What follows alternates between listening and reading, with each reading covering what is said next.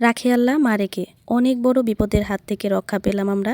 দ্বিতীয়বারের মতো আমি এবং আমার হাজবেন্ড বাইক জার্নি করে ঢাকা থেকে জামালপুর পর্যন্ত আসলাম। তো এই বাইক জার্নিতে আমাদের সাথে কি ঘটেছিল এবং এই বাইক জার্নিতে আমি কিভাবে রেডি হলাম, কোথা থেকে কোথায় গেলাম, কোথায় ইফতার করলাম, এই সব কিছু নিয়ে থাকছে আজকের ভিডিও। হ্যালো এভরিওয়ান, আসসালামু আলাইকুম। কি অবস্থা সবার? আমি খেলনা নতুন আরেকটি ডেইলি ব্লগে সবাইকে ওয়েলকাম জানাচ্ছি।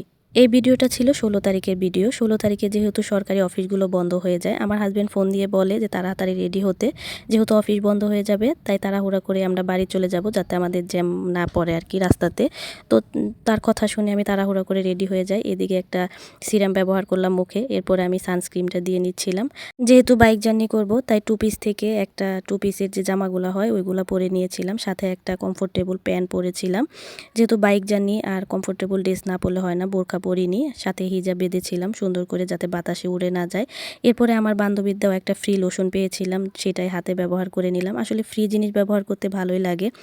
লোশন দেওয়া শেষ করে আমি হালকা করে একটু ঠোঁটে লিপস্টিক দিয়ে নিই, এরপরে হিজাব বেঁধে তারপরে একদম রেডি হয়ে যাই। তো যাই হোক, যেহেতু অনেকটা পথ আমাকে জার্নি করতে হবে তাই হিজাবটাকে অনেকগুলা পিন মেরে তারপরে সুন্দরভাবে সেট করে নিয়েছিলাম আলহামদুলিল্লাহ।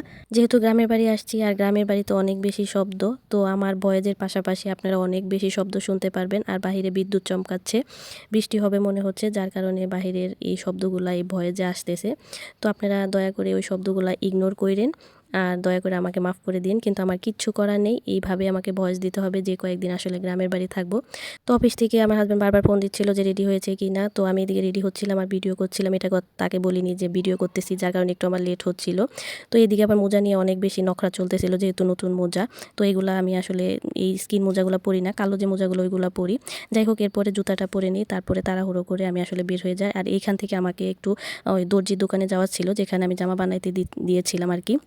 তো সেইখান থেকে জামা নিয়ে তারপরে আমাকে ডাইরেক্ট যেতে হবে, তো যার জন্য আরও আমার বেশি তাড়াহুড়া ছিল।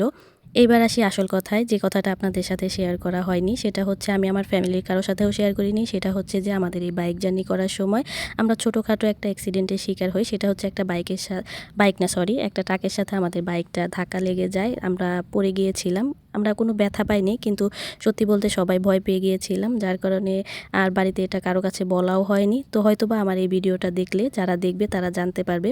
এরপর তাড়াহুড়ো করে রেডি হয়ে আমরা বের হয়ে পড়ি, মানে জামালপুর যাওয়ার উদ্দেশ্যে। তখন ছিল দুপুরবেলা 4:30 বা 4:45 মতো, আমার ঘড়ি দেখা হয়নি।